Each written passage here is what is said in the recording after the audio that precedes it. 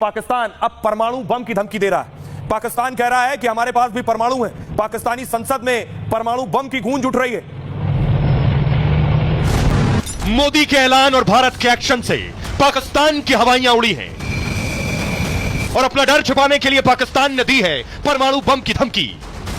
पाकिस्तान के बड़े बड़े मंत्री संसद से विदेशी मीडिया तक में ढिंडोरा पीट रहे हैं कि उनके पास परमाणु हथियार हैं। शाहबाज के मंत्री धमका रहे हैं कि भारत ने हमला किया तो वो परमाणु अटैक कर देंगे। ये वही पाकिस्तान है जिसके मंत्री कभी पाव पाव भर वाले बम की धमकी देते थे। जब दुनिया में मजाक उड़ा तो बगले झांकने लगे। अब भारत ने दाना पानी बंद कर दिया है तो पाकिस्तान में कोहराम मचा है। आटे के बाद पानी पर विद्रोह न भड़क उठे तो पाकिस्तान ने नया शिगुफा छोड़ दिया है। परमाणु धमकी देकर वो अपना डर छिपा रहा है और भारत से बचने के लिए दुनिया में गुहार लगा रहा है। क्यों परमाणु बम की धमकी दे रहा है? क्योंकि उसे भारत से खौफ है। खौफजदा है पाकिस्तान, डरा हुआ है।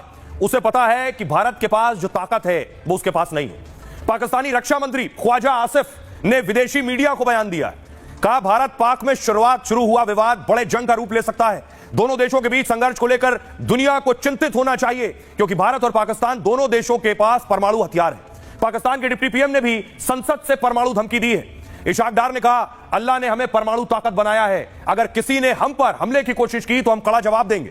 एक रिपोर्ट के मुताबिक भारत के पास 172 परमाणु बम है, 172 न्यूक्लियर वेपन्स, जबकि पाकिस्तान के पास परमाणु हथियारों की संख्या 170 है, भारत से 2 कम।